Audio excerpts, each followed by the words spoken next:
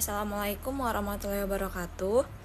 Saya Anggi Trilestari dengan NIM 2203-20016.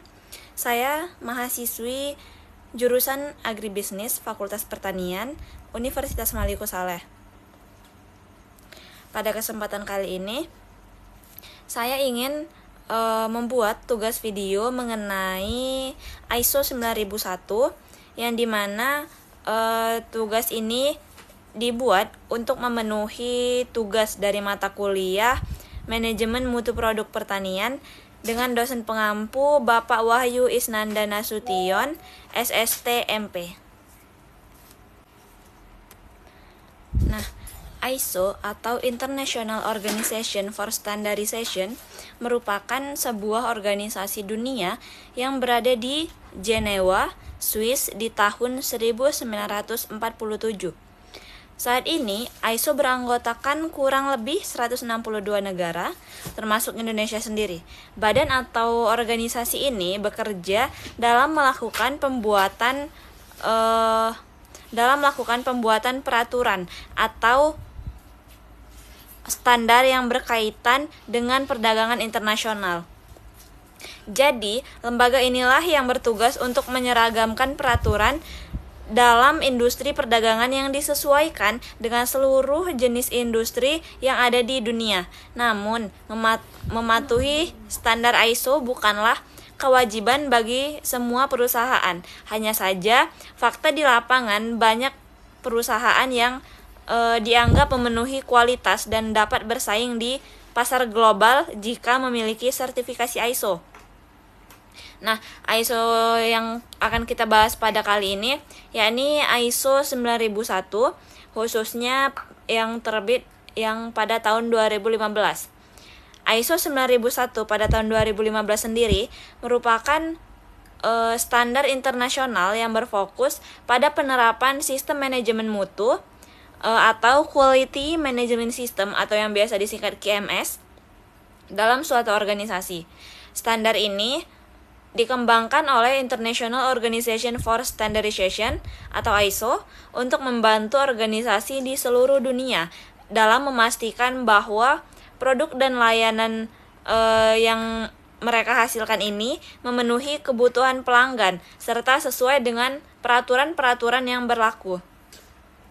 Di dalam dunia yang semakin kompetitif, mutu tidak lagi dianggap sebagai keunggulan tambahan, melainkan menjadi syarat dasar bagi keberlanjutan usaha dan kepuasan pelanggan ataupun konsumen. Kemudian, seiring perkembangan zamannya, perubahan teknologi dan kompleksitas pasar global, penerapan ISO 9001 ini menjadi semakin relevan.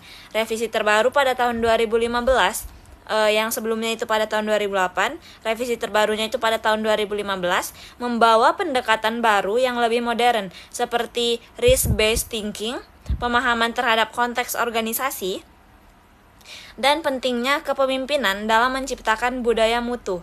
Nah, dengan pendekatan ini, organisasi tidak hanya berfokus pada kepatuhan terhadap prosedurnya, tetapi juga pada peningkatan kinerja secara berkelanjutan. Standar ISO 9001 pada tahun 2015 juga memberikan panduan yang sistematis agar organisasi dapat mengidentifikasi resiko dan peluangnya, mengelola sumber daya dengan efektif, baik itu sumber daya alam, sumber daya manusia maupun sumber daya teknologinya, serta menjamin kepuasan pelanggan melalui perbaikan terus-menerus. Penerapan ini sendiri pada sistem ini dapat dilakukan di berbagai sektor, baik di industri manufaktur, pendidikan, jasa, kesehatan, maupun lembaga pemerintahan. Oleh sebab itu, ISO 9001 tahun 2015 tidak hanya menjadi alat teknis, tetapi juga strategi manajerial yang mendukung keberhasilan organisasi dalam jangka panjang. Nah, melalui pemahaman terhadap prinsip-prinsip dasar ISO 9001 pada tahun 2015 itu, seperti fokus pada pelanggan, kepemimpinan, keterlibatan orang, pendekatan proses, perbaikan berkelanjutan, pengambilan keputusan berbasis bukti, serta manajemen hubungan organisasi yang diharapkan dapat membangun sistem yang kuat, terintegrasi, dan berorientasi pada mutu. Nah, dengan demikian, penelitian dan pembahasan terhadap ISO 9001 khususnya tahun 2015 ini menjadi penting bagi kalangan akademik dan praktisi agar mampu memahami penerapan standar ini secara komprehensif dan efektif.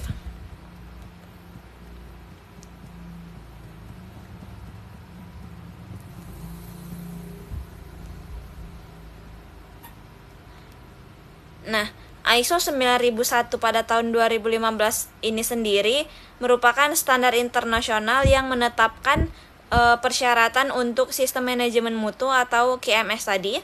Nah, standar ini sendiri diterbitkan oleh ISO dan menjadi pedoman global bagi organisasi untuk memastikan produk dan layanan yang dihasilkannya ini memenuhi kebutuhan pelanggan serta memenuhi syarat dan peraturan yang berlaku. ISO 9001 pertama kali diterbitkan pada tahun 1987 dan telah mengalami beberapa kali revisi, yaitu pada tahun 1994, tahun 2000, tahun 2008, dan terakhir pada tahun 2015 untuk ISO 9001 sendiri. Nah, setiap revisi ini bertujuan untuk menyesuaikan standar dengan perkembangan teknologi, bisnis, dan manajemen modernnya. Revisi 2015 ini menekankan pada pendekatan berbasis resiko dan pemahaman terhadap konteks organisasi.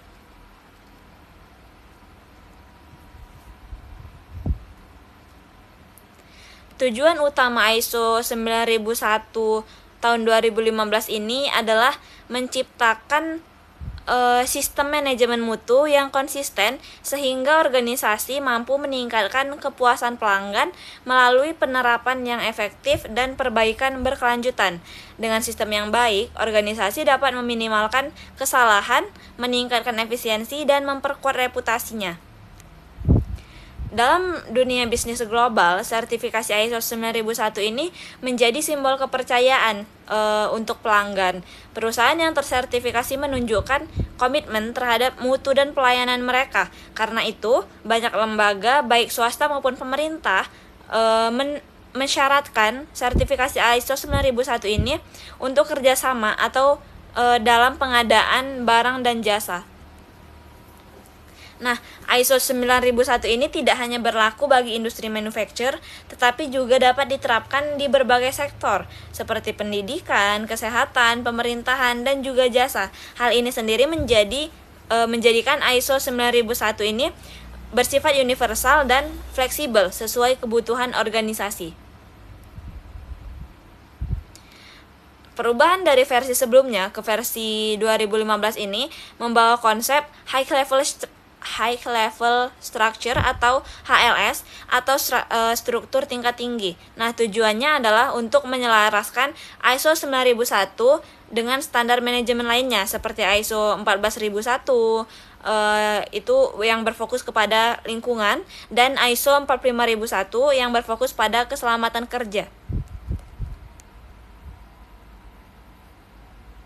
Dalam ISO 9001 pada tahun 2015 ini, organisasi diminta memahami konteks internal dan eksternal yang mempengaruhi pencapaian tujuan mutu. Pendekatan ini membantu organisasi menjadi lebih adaptif terhadap perubahan lingkungan bisnis yang cepat.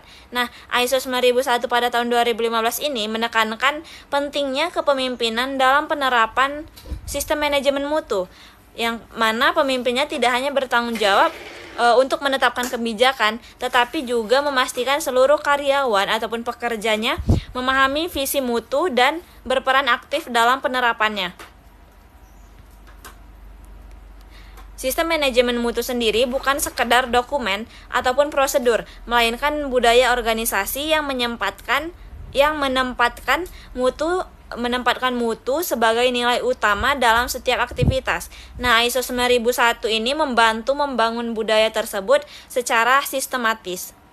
Dengan penerapan ISO 9001 tahun 2015 ini, organisasi dapat meningkatkan daya saing, mengurangi resiko kegagalan, serta meningkatkan loyalitas pelanggannya.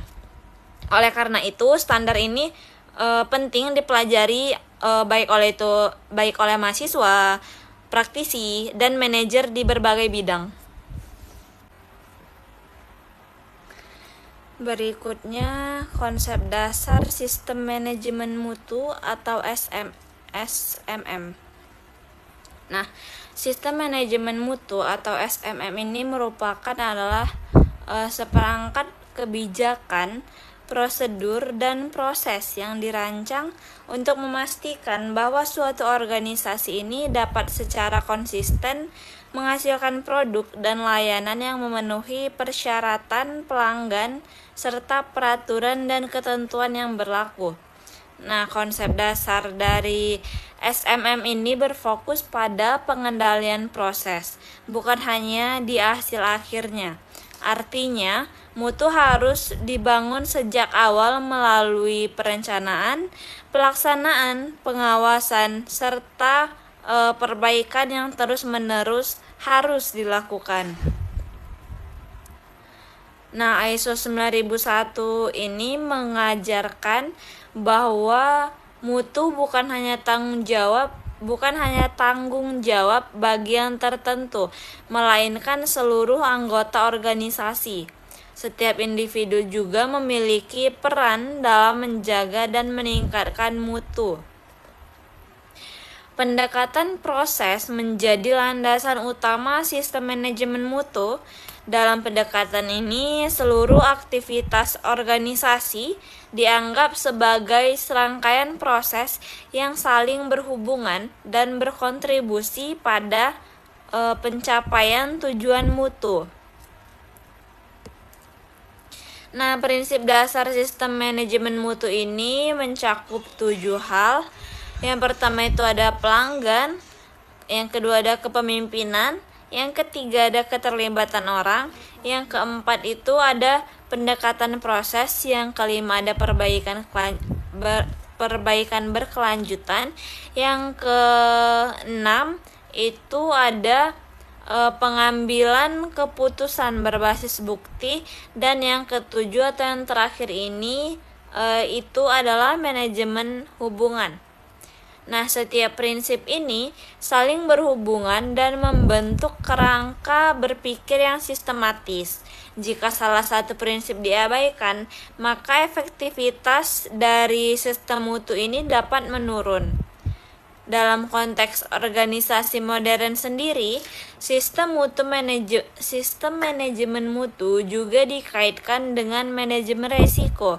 Pendekatan yang berbasis resiko ataupun risk-based thinking membantu organisasi mengidentifikasi potensi masalah sebelum terjadi.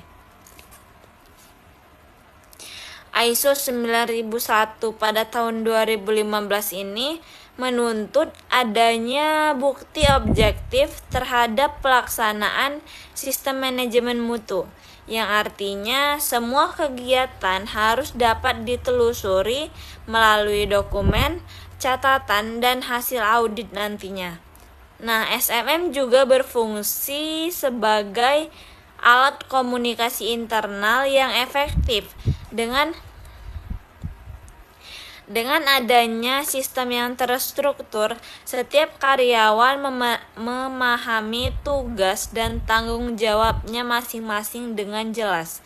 Nah, secara keseluruhan sistem manajemen mutu ini bukan hanya untuk memenuhi persyaratan ISO sendiri, tetapi juga sebagai cara meningkatkan efisiensi, transparansi, dan juga daya saing organisasi secara berkelanjutan.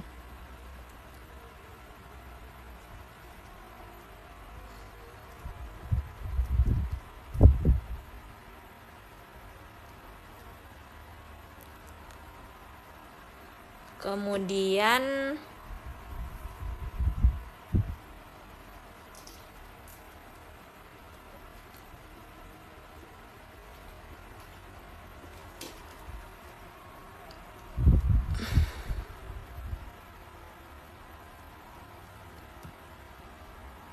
ini ada tujuan ISO. Ada beberapa tujuan ISO. Yang pertama, ini meningkatkan kredibilitas perusahaan. Nah, untuk setiap kegiatan perusahaan-perusahaan ini yang menerapkan standar ISO, maka akan memiliki kredibilitas yang lebih di mata masyarakat. Apalagi jika dibandingkan dengan perusahaan yang tidak menerapkan hal tersebut. Pemenuhan standar internasional yang diketahui oleh masyarakat akan menciptakan kepercayaan yang lebih tinggi pada pihak konsumen.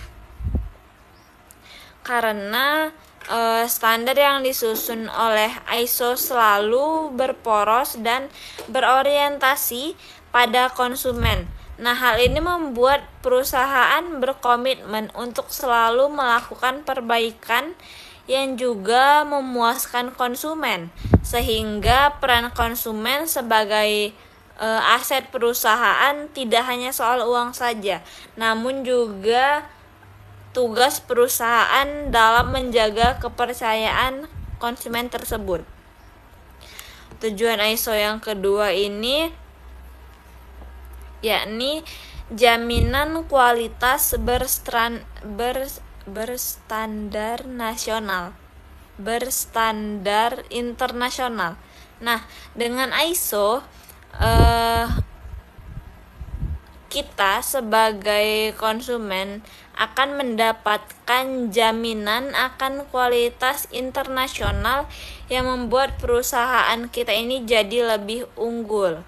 Karena itu, pada proses sertifikasi ISO-nya, perusahaan juga harus melalui tahapan uji coba terlebih dahulu serta audit yang disebut siklus PDCA.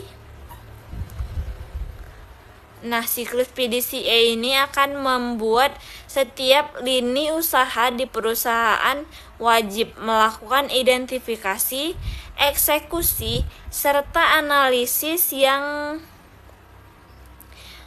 berstandar internasional.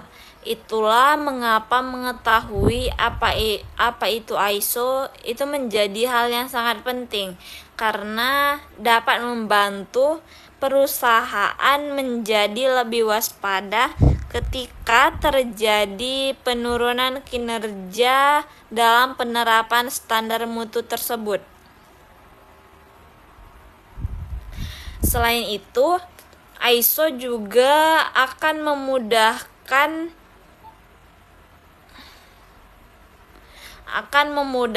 perusahaan untuk melakukan pencegahan dan lebih menghemat biaya karena kompensasi kerugian adanya proses produksi yang gagal. Tujuan ISO berikutnya, yakni yang ketiga, ini adalah efisiensi biaya.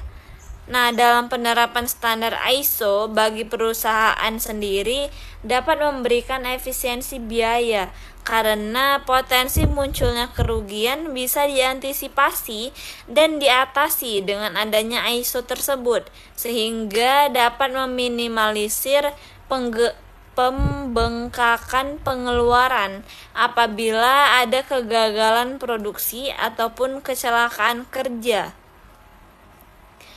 Tujuan ISO yang keempat yakni memaksimalkan kinerja karyawannya. Nah, standar yang ditetapkan oleh ISO selalu berusaha agar dilakukan oleh seluruh lapisan organisasi perusahaan, termasuk oleh para karyawan sendiri. Hal ini dapat menjadi tolok ukur untuk penilaian akan kinerja para karyawannya, sehingga para karyawan sendiri akan senantiasa berusaha supaya dapat memenuhi standar yang berlaku.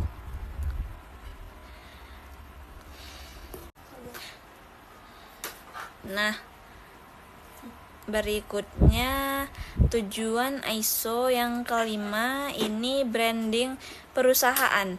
Perusahaan yang mengimplementasikan ISO juga bisa melakukan branding dengan menampilkan atau menunjukkan sertifikasi ISO yang dimilikinya, sehingga bagi masyarakat ataupun kompetitor sendiri yang menyadari hal ini dapat memberikan nilai yang lebih pada kualitas perusahaan. Nah, sertifikasi ISO ini akan membuat perusahaan atau suatu brand dinilai lebih unggul di pasaran dunia. Kemudian tujuan ISO yang berikutnya ini memudahkan perdagangan internasional. Standar yang ditetapkan oleh ISO selalu berusaha agar dilakukan oleh seluruh lapisan organisasi perusahaan, termasuk oleh para karyawan sendiri. Hal ini dapat menjadi tolak ukur dan penilaian akan kinerja para karyawannya, sehingga para karyawan akan senantiasa berusaha supaya dapat memenuhi standar dan ketentuan yang berlaku. Baik, berikutnya ISO 9001 adalah standar internasional untuk menjaga sistem manajemen mutu ataupun SMM, atau dalam bahasa Inggrisnya ini kualitas manajemen sistem atau yang disingkat QMS, diterbitkan oleh ISO atau International Organization for Standardization dan bertujuan memastikan bahwa organisasi mampu secara konsisten menyediakan produk atau layanan yang memenuhi kebutuhan pelanggan serta peraturan yang berlaku.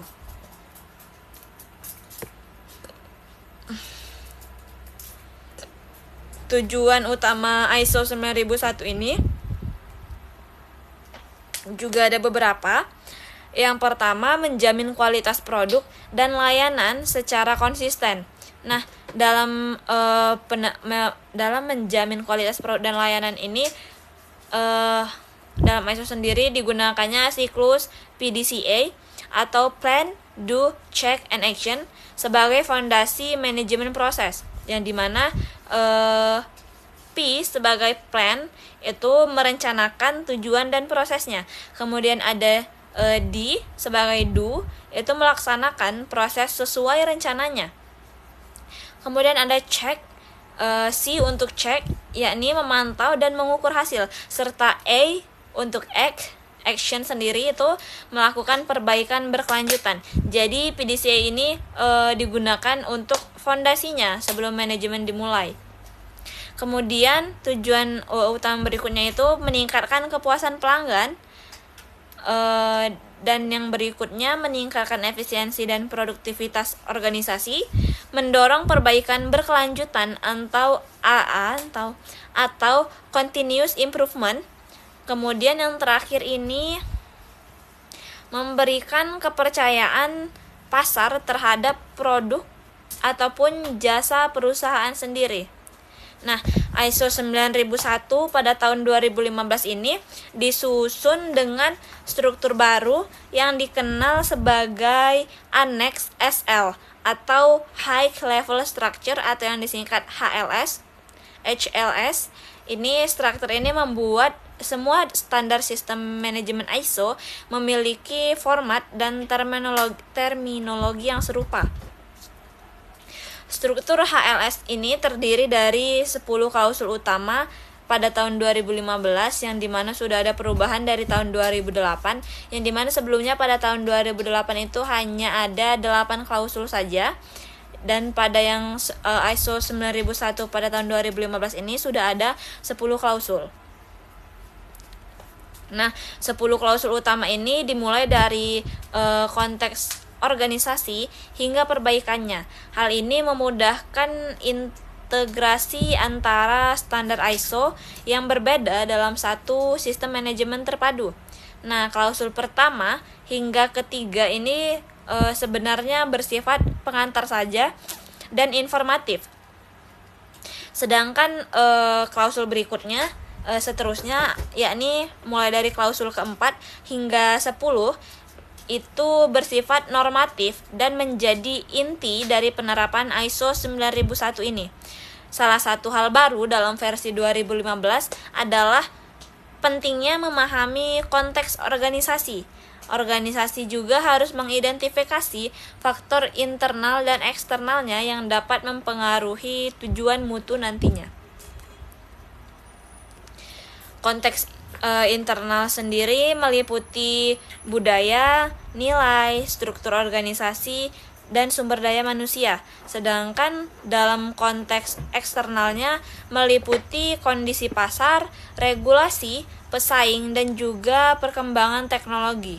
Selain itu, organisasi juga harus menentukan pihak-pihak yang berkepentingan atau interested partisipan gitu, seperti pelanggan, pemasok, karyawan, dan masyarakat. Hal ini membantu memastikan bahwa kebutuhan semua pihak ini sudah dipertimbangkan terlebih dahulu. Nah, ISO 9001 pada tahun 2015 ini memperkenalkan pendekatan berbasis resiko atau risk-based approach, atau bisa juga disebut risk-based thinking ya. Nah, untuk menggantikan berbasis resiko ini pendekatan berbasis resiko ini dikenalkan untuk menggantikan konsep tindakan pencegahan yang ada pada versi sebelumnya. Pendekatan ini dianggap lebih proaktif dan juga strategis. Kemudian pendekatan resiko ini bertujuan agar organisasi tidak hanya bereaksi terhadap masalah, tetapi mampu mengantisipasi potensi penyimpangan dan juga peluang perbaikannya. Selain resiko, versi 2015 ini juga menekankan pentingnya pengetahuan organisasi atau organizational knowledge. Ini berarti organisasi harus mengelola pengetahuan internal agar tidak hilang ketika terjadi pergantian personal. Nah, ISO 9001 pada tahun 2015 juga mendorong penggunaan data dan bukti dalam pengambilan keputusan. Dengan demikian, keputusan manajemen tersebut menjadi lebih rasional dan juga dapat dipertanggungjawabkan nantinya. Salah satu pada keunggulan ISO 9001 dalam versi 2015 ini adalah fleksibilitasnya. Standar ini dapat diterapkan oleh organisasi besar maupun organisasi kecil tanpa batasan jenis usaha. Nah, ISO 9001 tahun 2015 ini tidak hanya menetapkan cara atau metode tertentu, tetapi memberikan kerangka umum. Nah, setiap organisasi bebas menentukan cara penetapan yang paling sesuai dengan kondisi mereka. Dalam penetapannya sendiri, dokumentasi ISO 9001 versi tahun 2015 ini tidak lagi terlalu kaku. Istilah prosedur terdokumentasi diganti menjadi informasi terdokumentasi yang lebih fleksibel dan juga dapat berbentuk digital. Tujuan dari perubahan ini adalah menyesuaikan dengan era sekarang, yakni era digitalisasi dan efisiensi administrasi, sehingga fokus organisasi lebih pada hasil daripada dokumen sendiri. Secara keseluruhan, ISO 9001 versi tahun 2015 ini menempatkan mutu sebagai tanggung jawab seluruh organisasi dan bukan hanya sekedar urusan departemen kualitas saja. Standar ini juga mengubah pola pikir organisasi menjadi lebih sistematis, berorientasi pada bukti, dan juga berorientasi pada pelanggan. Berikutnya, klausul ISO 9001 tahun 2015. ISO 9001 versi tahun 2015 ini terdiri dari 10 klausul utama. Klausul yang pertama hingga ketiga ini merupakan bersifat pengantar saja, sementara klausul 4 dan 10 sampai 10 adalah persyaratan inti yang wajib diterapkan. Alhamdulillah.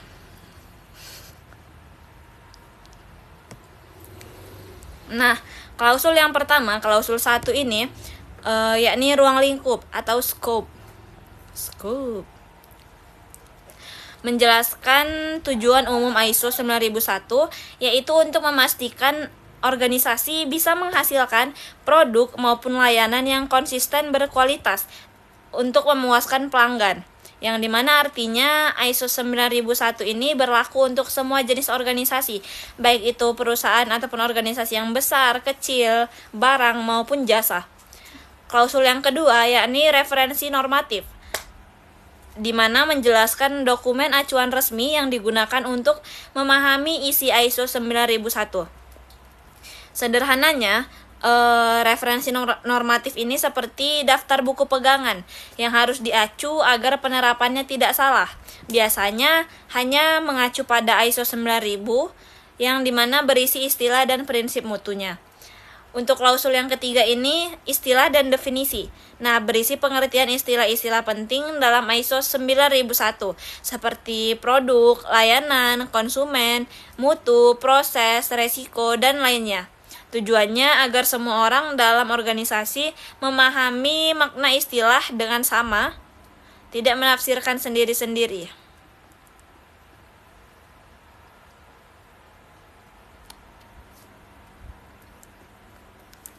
Kemudian untuk klausul persyaratan inti yang wajib diterapkan, klausul yang keempat yakni konteks organisasi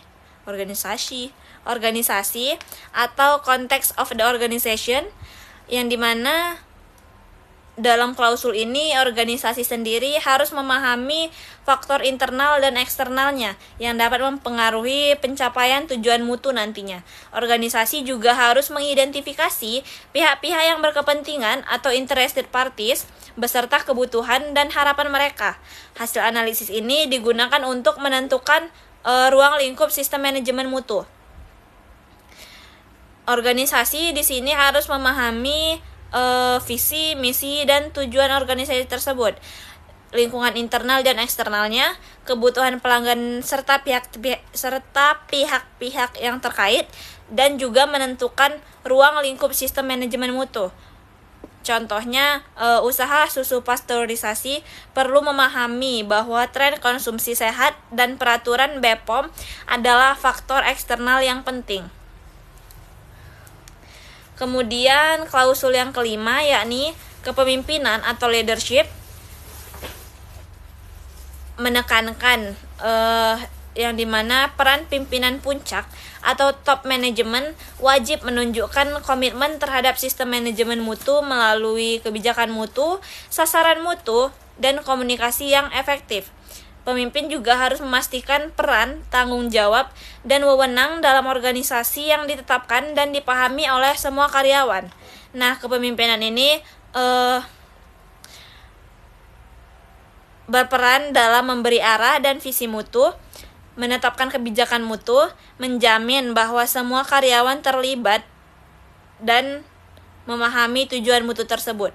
Contohnya, direktur perusahaan rutin meninjau produk dan mendukung pelatihan karyawannya. Klausul yang keenam yakni perencanaan atau planning. Organisasi harus mengidentifikasi resiko dan peluang yang mempengaruhi hasil pencapaian hasil sistem mutu dan merencanakan tindakan untuk menanganinya. Selain itu juga organisasi juga harus menetapkan tujuan mutu yang terukur dan merencanakan untuk bagaimana cara mencapainya, termasuk sumber daya serta penjadwalan waktu. Perencanaan ini berisi langkah-langkah organisasi dalam mengidentifikasi resiko dan peluang, menetapkan tujuan mutu, dan juga menyusun rencana untuk mencapainya.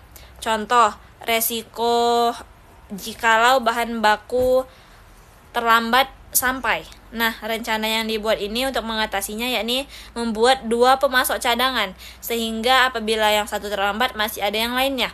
Nah, tujuannya ini agar pengiriman 100% tepat waktu setiap bulannya. Kemudian ada klausul yang ketujuh, ini berfokus pada dukungan atau support. Klausul ini meliputi penyediaan sumber daya, kompetensi karyawan, kesadaran komunikasi, dan pengendalian informasi terdokumentasi, yang dimana informasi terdokumentasi ini mencakup dokumen dan catatan yang dibutuhkan untuk mendukung efektivitas sistem manajemen mutu.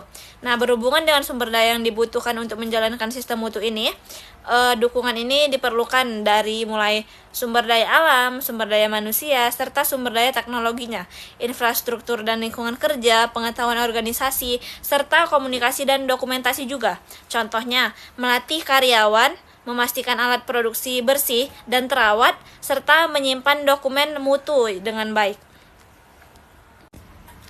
Nah, berikutnya klausul yang ke-8, yakni operasi atau operasional.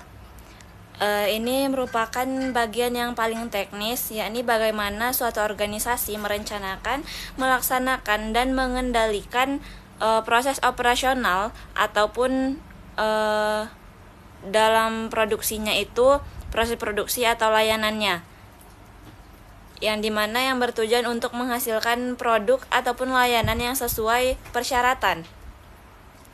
Nah, langkah-langkah umumnya itu ada yang pertama, rencana produksi atau pelayanan. Kemudian ada pengendalian mutu atau QC yang biasa disingkat, yakni quality control. Yang ketiga, penanganan keluhan pelanggan. Dan yang keempat, identifikasi produk yang tidak sesuai.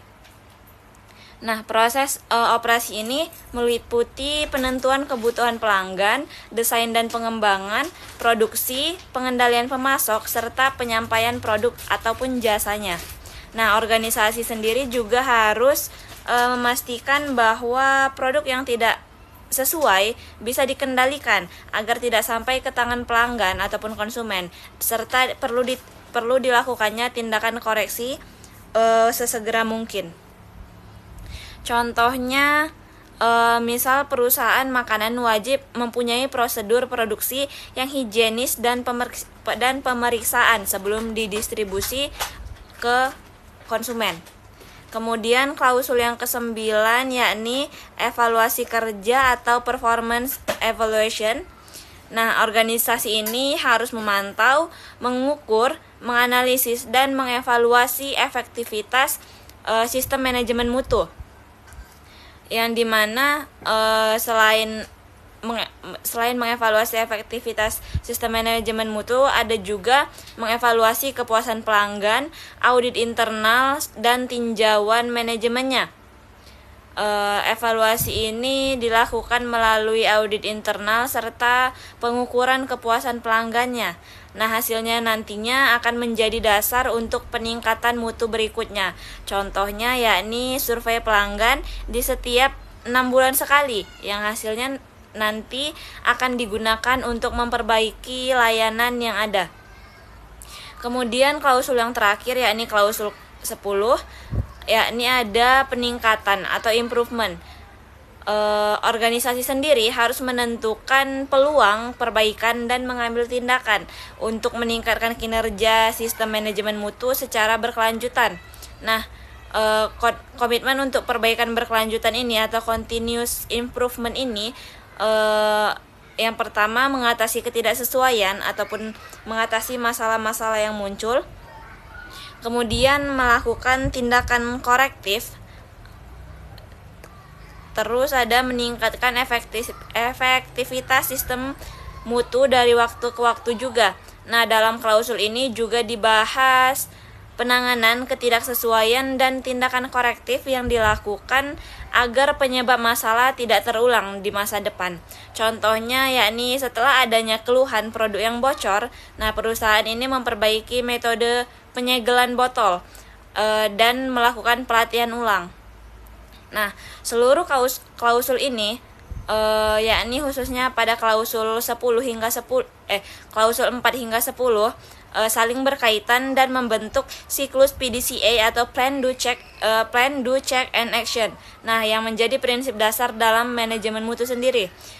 Dengan menerapkan siklus PDCA ini, organisasi sendiri dapat menjamin setiap proses direncanakan dengan baik, dilaksanakan sesuai rencana, dievaluasi hasilnya, dan diperbaiki untuk peningkatan berkelanjutan nantinya.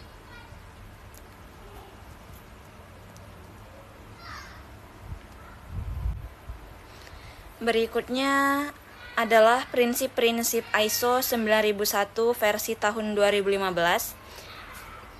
ISO versi 9001 pada tahun 2015 ini didasarkan pada 7 prinsip manajemen mutu yang menjadi fondasi bagi seluruh persyaratan standar. Nah, ketujuh prinsip ini tidak hanya sebagai teori, tetapi menjadi panduan praktis dalam pengambilan keputusan manajerialnya. Prinsip yang pertama pada ISO 9001 versi tahun 2015 ini, yakni fokus pada pelanggan ataupun customer focus. Organisasi sendiri harus memahami kebutuhan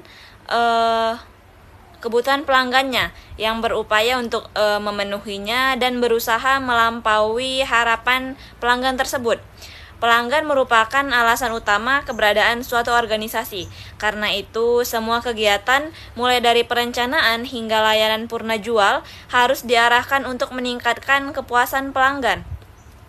Kemudian prinsip yang kedua yakni kepemimpinan atau leadership. Pemimpin suatu organisasi bertugas menetapkan arah, visi, dan strategis serta lingkungan kerja yang mendukung mutu, menciptakan kesatuan tujuan serta membangun lingkungan yang mendorong keterlibatan seluruh anggota organisasinya. Pemimpin sendiri juga berperan sebagai teladan dalam penerapan nilai-nilai mutu. Mereka juga harus memastikan kebijakan mutu diterjemahkan menjadi tindakan nyata di semua tingkatan organisasi. Prinsip yang ketiga yakni keterlibatan orang atau engagement of people, yakni setiap individu ataupun semua karyawan harus berperan aktif dalam peningkatan mutunya. Setiap individu di suatu organisasi harus diberdayakan agar mampu berkontribusi terhadap pencapaian tujuan mutu organisasi tersebut.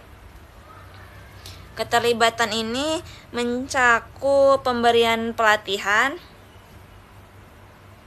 komunikasi yang terbuka, dan penghargaan atas prestasi.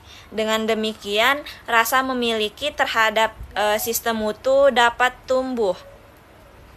Prinsip yang keempat adalah pendekatan proses atau proses approach, yakni kegiatan yang harus mengelola suatu organisasi yang harus mengelola kegiatannya sebagai serangkaian proses yang saling terkait dan menghasilkan nilai.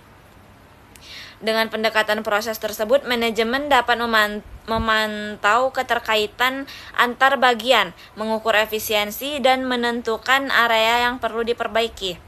Kemudian prinsip yang kelima yakni perbaikan berkelanjutan ataupun improvement. Organisasi sendiri harus selalu berupaya meningkatkan kinerja proses, produk, dan sistem manajemen mutunya secara terus-menerus. Perbaikan berkelanjutan ini mendorong budaya inovasi dan adaptasi terhadap perubahan lingkungan bisnis. Dengan demikian, organisasi tetap kompetitif. Nah, prinsip yang keenam yakni pengambilan keputusan berbasis bukti atau evidence-based decision making. Nah, keputusan didasarkan pada analisis data dan informasi fakta yang akurat, bukan hanya sekedar asumsi saja. Data yang valid membantu organisasi mengidentifikasi suatu masalah sampai ke akarnya, menilai efektivitas tindakan, serta memastikan kebijakan yang diambil benar-benar tepat sasaran. Kemudian prinsip yang terakhir yakni yang ketujuh adalah manajemen hubungan atau relationship management.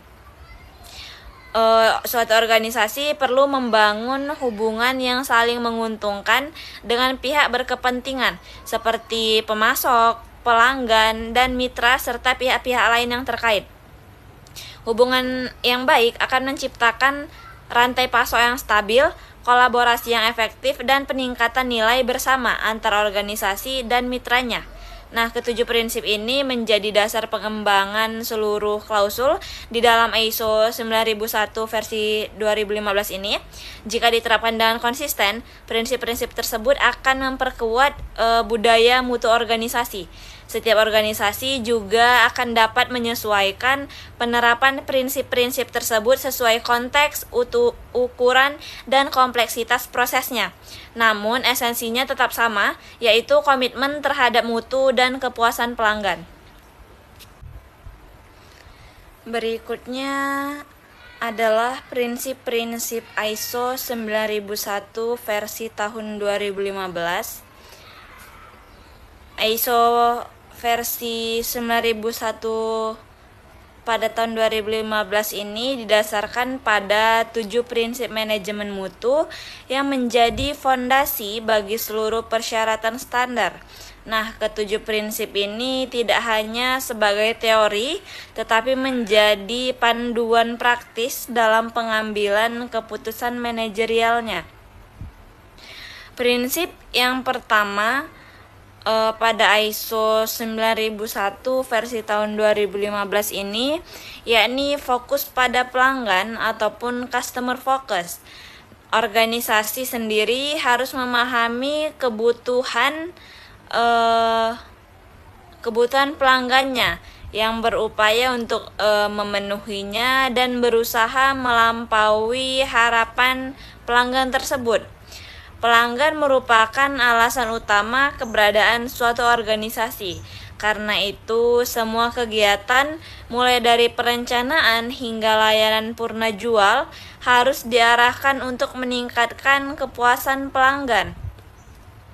Kemudian prinsip yang kedua yakni kepemimpinan atau leadership. Pemimpin suatu organisasi bertugas menetapkan arah, visi, dan strategis serta lingkungan kerja yang mendukung mutu, menciptakan kesatuan tujuan, serta membangun lingkungan yang mendorong keterlibatan seluruh anggota organisasinya. Pemimpin sendiri juga berperan sebagai teladan dalam penerapan nilai-nilai mutu. Mereka juga harus memastikan kebijakan mutu diterjemahkan menjadi tindakan nyata di semua tingkatan organisasi.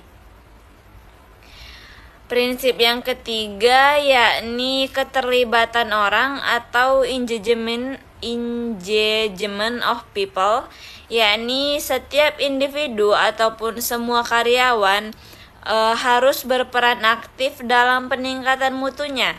Setiap individu di suatu organisasi harus diberdayakan agar mampu berkontribusi terhadap pencapaian tujuan mutu organisasi tersebut. Keterlibatan ini mencakup pemberian pelatihan, komunikasi yang terbuka, dan penghargaan atas prestasi. Dengan demikian, rasa memiliki terhadap sistem mutu dapat tumbuh.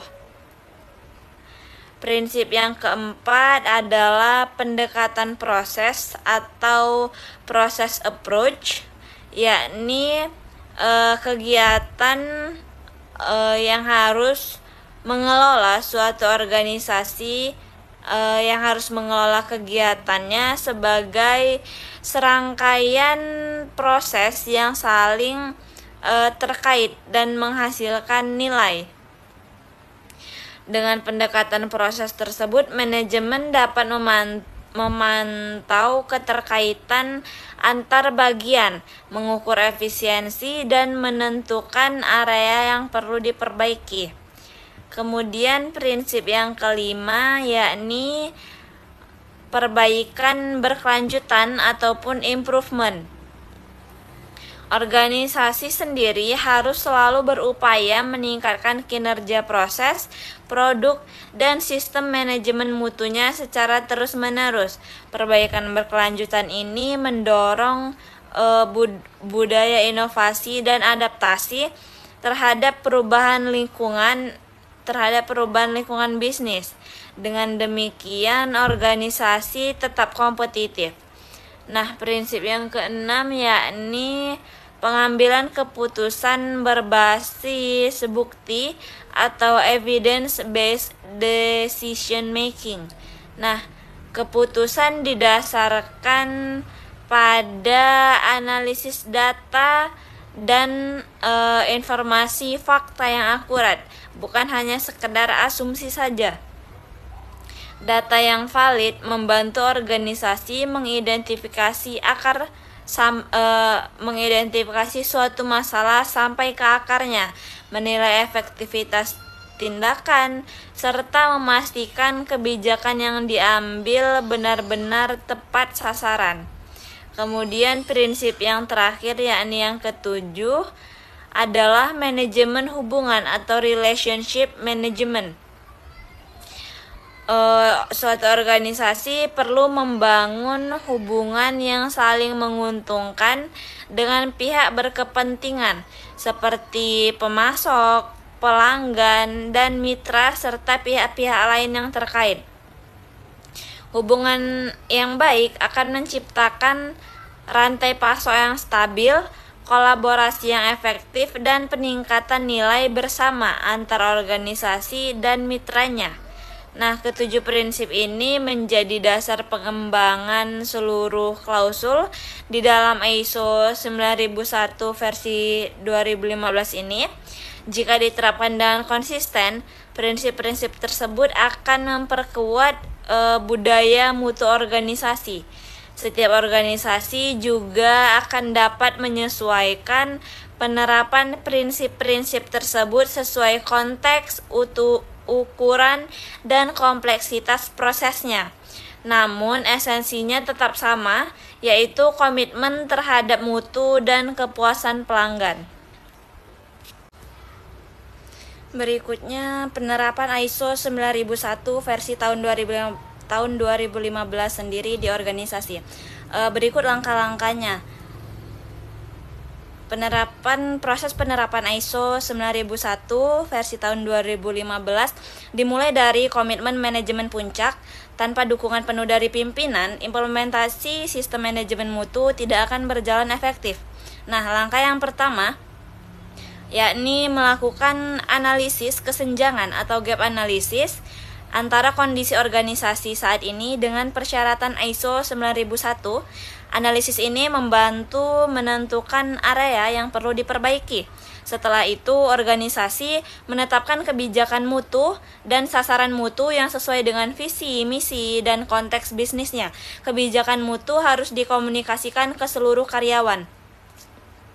Langkah berikutnya yakni penyusunan dokumentasi, termasuk prosedur kerja, instruksi kerja, dan juga formulir pendukung yang digunakan untuk mengendalikan proses.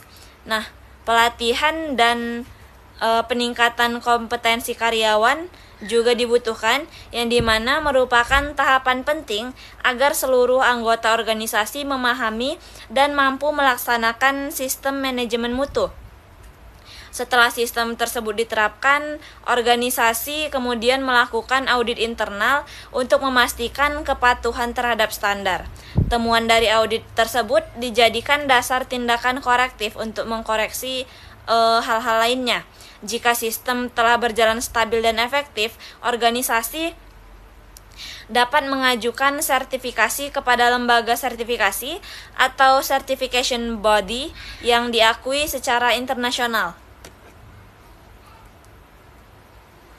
Lembaga sertifikasi akan melakukan audit eksternal untuk menilai kesesuaian sistem dengan standar ISO 9001 versi tahun 2015.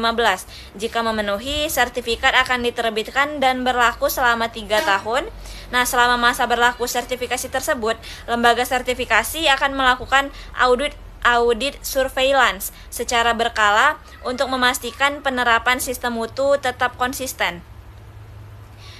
Nah, implementasi ISO 9001 memerlukan komitmen jangka panjang, yang dimana sertifikasi bukan hanya di akhir, tetapi merupakan awal dari perjalanan perbaikan mutu yang berkelanjutan. Kemudian ada manfaat dan tantangan penerapan ISO 9001 versi tahun 2015.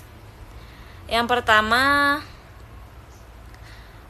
pada penerapan ISO sendiri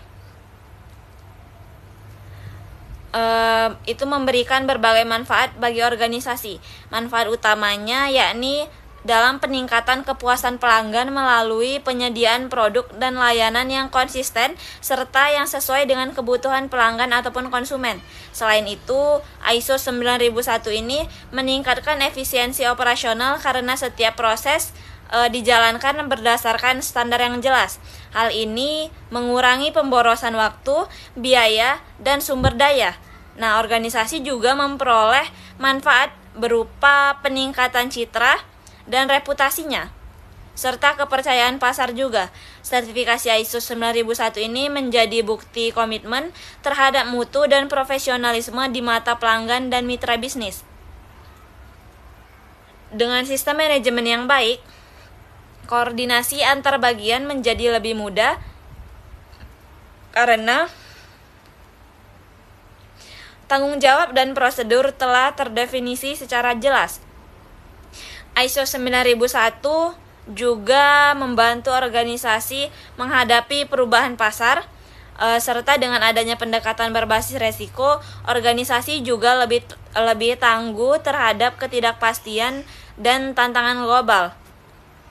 Namun, penerapan ISO 9001 juga memiliki tantangan. Salah satu tantangan besar dalam ISO tersebut yakni resistensi dari karyawan yang belum memahami pentingnya sistem manajemen mutu.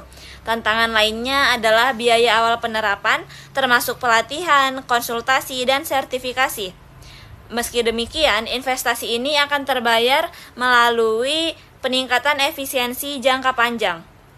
Beberapa organisasi juga menghadapi kesulitan dalam menjaga konsistensi pelaksanaan sistem, terutama ketika terjadi pergantian personal atau perubahan struktur organisasi. Untuk mengatasi tantangan tersebut, diperlukan komitmen berkelanjutan dari manajemen, komunikasi yang efektif, serta budaya organisasi yang mendukung mutu. Secara keseluruhan, ISO 9001 versi tahun 2015 ini bukan hanya sekedar standar, tetapi merupakan filosofi manajemen yang menekankan pentingnya kepemimpinan, keterlibatan, proses yang efektif, dan perbaikan berkelanjutan demi tercapainya kepuasan pelanggan dan keunggulan organisasi nantinya. Nah, dari hal tersebut dapat dipisahkan yakni manfaat penerapan ISO 9001 versi tahun 2015 ini sendiri. Bagi perusahaan sendiri, manfaatnya yakni yang pertama, proses kerja menjadi lebih efisien dan terstandar, kemudian meningkatkan citra dan kepercayaan pasar, yang berikutnya mengurangi kesalahan dan pemborosan, serta dapat menjadi syarat tender ataupun ekspor. Bagi pelanggan sendiri, manfaat penerapan ISO ini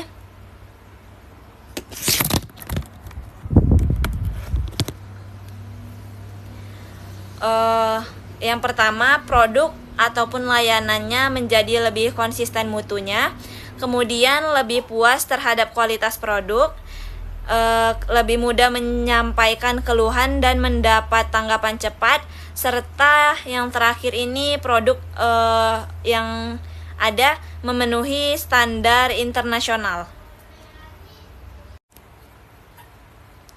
Nah, kesimpulan yang dapat diambil yakni ISO 9001 versi tahun 2015 merupakan standar manajemen mutu yang memberikan kerangka kerja sistematis bagi organisasi untuk memastikan kualitas produk dan layanan secara konsisten.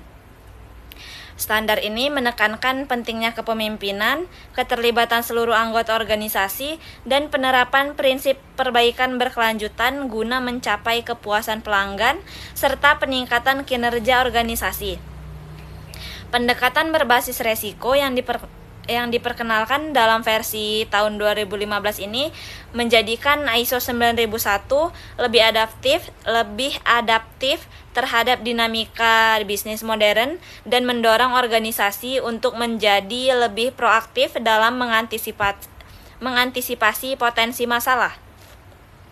Penerapan ISO 9001 versi tahun 2015 tidak hanya memberikan manfaat berupa peningkatan efisiensi dan kepuasan pelanggan, tetapi juga memperkuat daya saing dan reputasi organisasi ini di tingkat nasional maupun internasional.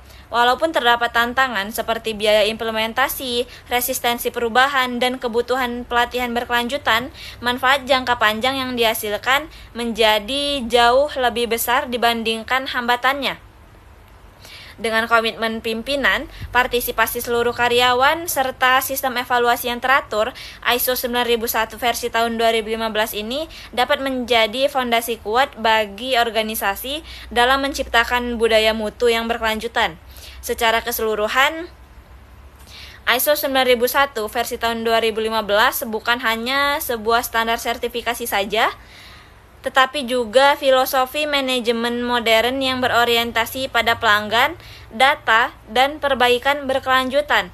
Penerapannya menjadikan organisasi menjadi lebih responsif terhadap perubahan lingkungan bisnis, meningkatkan efektivitas operasional, serta menumbuhkan kepercayaan dari pelanggan dan pemangku kepentingan.